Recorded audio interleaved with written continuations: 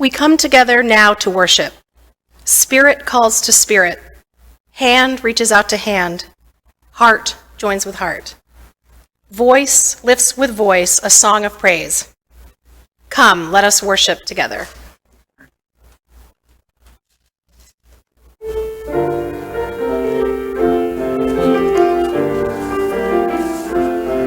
Oh, come together in truth. Oh, come together in peace. Oh, come together in joy and sharing. Come together in knowing and caring. Come together, oh, come together, oh, come together in love. Please rise as you are able. Keep that mask on and join in singing our opening hymn, number 360, Here We Have Gathered.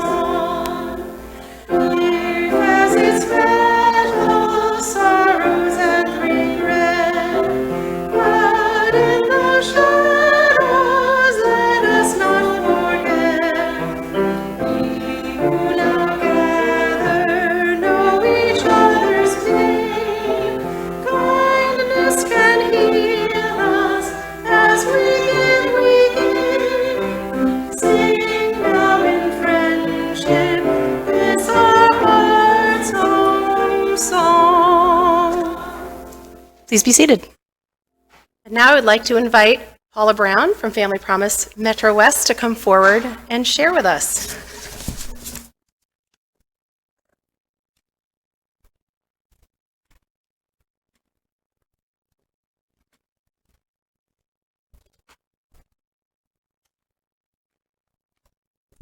Thank you, Becca, and thank you so much for having me here today in this beautiful space. And I love the ritual of the sharing of the joys and the concerns. That's just, is that a UU thing, or is that just your congregation does that?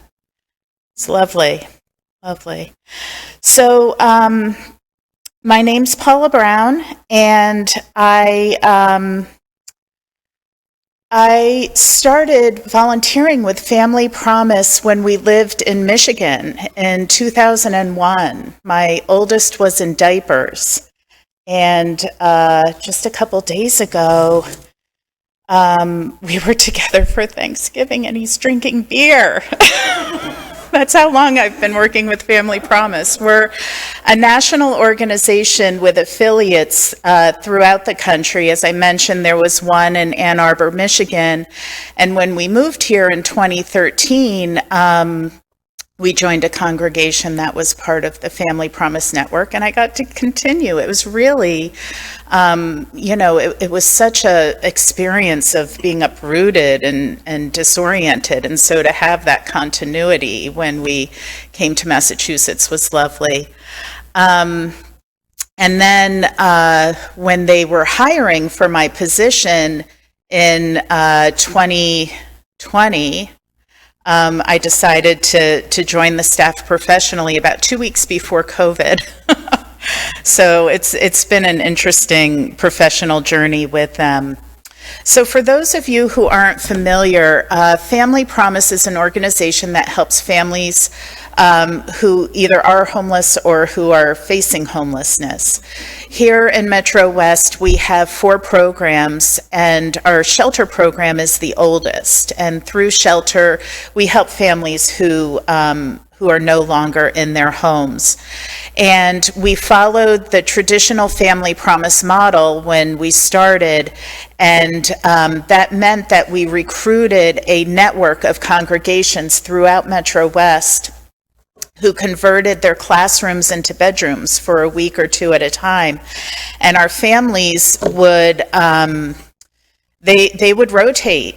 Every week they would have to get packed up and go to a new congregation and start the new week in somewhere completely different. And they would have to be out of the congregations something like 6 or 6:30 in the morning. So you can imagine, these are parents with some really young kids in some cases, and, these babies would just be, draped on the parents' shoulders as they had to trudge out of the congregations first thing in the morning. They would come to our day center in Natick where they would shower and work toward their goals. Kids go to school, parents to work. And then at 6 o'clock, they would all get on a van and drive to whichever congregation was hosting them. So during COVID, we had to stop that model, and we put all the families into hotels. It wasn't safe for our volunteers or for our families to be interacting, of course. And it gave us the opportunity to look at that model. We did kind of a SWOT analysis. I don't even remember what SWOT, strengths, weaknesses, opportunities, and threats. And we decided that our organization was at a point where we could do better for our families. And what we decided to do were some renovations to our day center that now allow the families to not have to rotate to all the different congregations. And the new model requires us to change the way that volunteers interact with Family Promise. Prior to COVID, we would need up to 60 volunteers a week, and there was a lot of busy doing of setting up bedrooms, taking down bedrooms, and of course now that's no longer needed. And so the nature of the volunteering at Family Promise has changed from one of being versus doing, which I'd like to talk about a little more in a minute. But first I want to talk about a couple other programs that have grown, because I'm just so proud of them. After the shelter program was firmly established and we had built up some resources, we did what we call looking upstream, is what can we do to prevent families from ever becoming homeless in the first place. And I'm so proud of this program. We call it our LIFE program.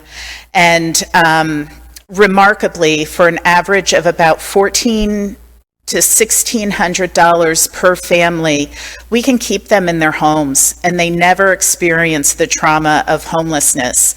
And this is a highly scalable program. In shelter, pre-COVID, we were serving only 4 families at a time. Now our shelter program can hold only 3 families at a time.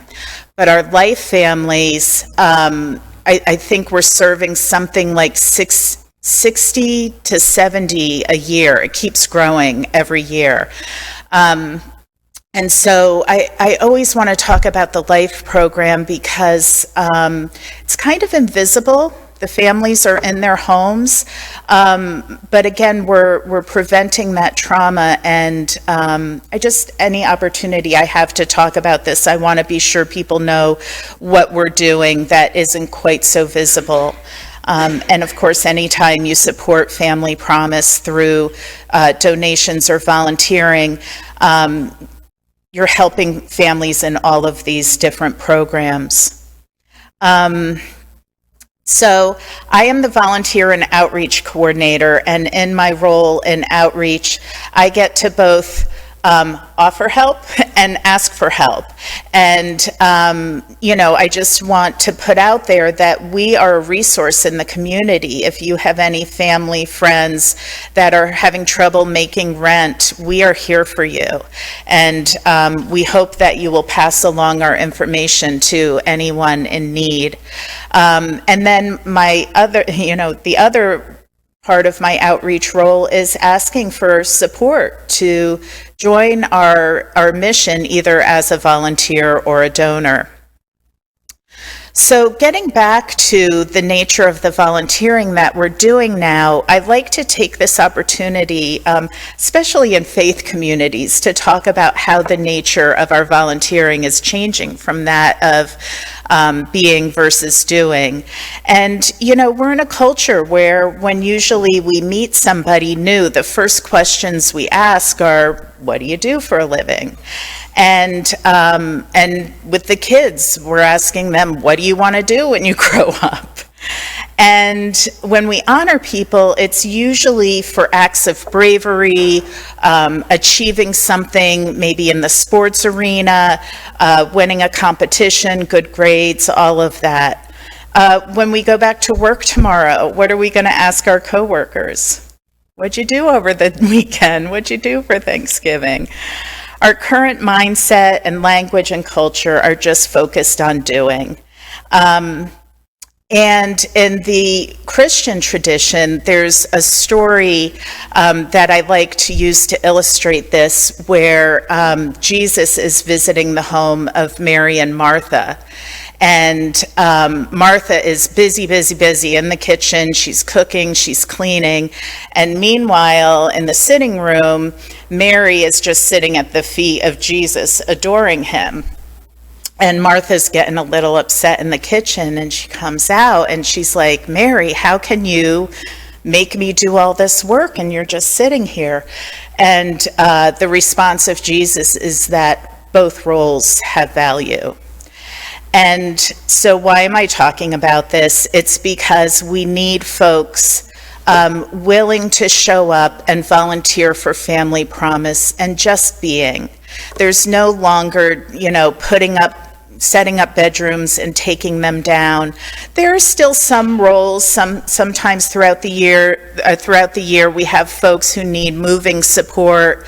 There are a few more roles that are more doing, but most of our roles right now are about being. And believe it or not, it's really hard for me to recruit people willing to show up and just be. I did an orientation on a Monday, and somebody who went through that orientation with me, when I explained all this to them, signed up for one of the weekend roles. And she got to the day center, let herself in, and I get these series of texts from her. And I could tell she was really anxious. And at the time, I lived only a couple blocks from the day center. So I'm like, all right, I'm just going to walk over. I have nothing else to do, and just get her settled. And I got there, and, we talked through everything. She's like, you were serious. You really just need me to sit here. And I'm like, yeah, we really do. And it's tricky because it truly is so valuable to have a comforting presence in the day center for our families. But we want to encourage them to do for themselves, to find, their own resources in the community. We want to help, guide them, but we don't want to enable them. We don't want to be doing for them when they should be learning to do for themselves. And so, when you focus on being, right, that's when you get insight into your character, yourself, your life purpose. It's an opportunity to listen to your heart, ask how the answer you receive can relate to your current situation. I don't know. In closing, I just want to encourage you, if you already are in a place of being comfortable with just being, we're the place for you. And if that's something that you just want to practice, we're also the place for you. So please check out our website. It's www.familypromisemetrowest.org. We have information, again, for how we can help people who are in problematic situations, and we have lots of information about how you can help our mission and our families. And I just thank you so much for allowing me this time to talk. Thank you. Thank you.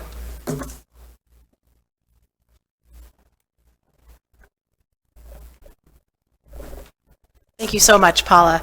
I know a lot of you have heard me talk about this place, and I'm really hoping that this can sort of kickstart us into a little more action with this particular group.